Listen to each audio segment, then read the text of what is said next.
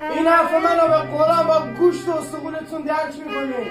حاجی به خدا علکی زنده ایم. سقف بالا سرمونه ولی زندگیمون شده شبیه کارتون خوابا. مثل بنز داریم کار میکنیم ولی مثل خر تو گلگیر کردیم. خدا رو شکر تنمون سالمه ولی هر شب کلی فکر و خیال مغزمون رو میگاد. تیپ و استایلمون عالیه ولی یک قرون تو جیبامون پول نیست.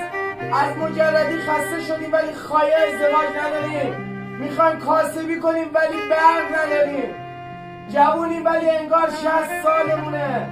دقیقا زندگیمون شده شبیه این رباتایی که چین ساخته ولی به خدا که از اونا بدتریم. اون خری که تو گل گیر کرده خود ما جووناییم.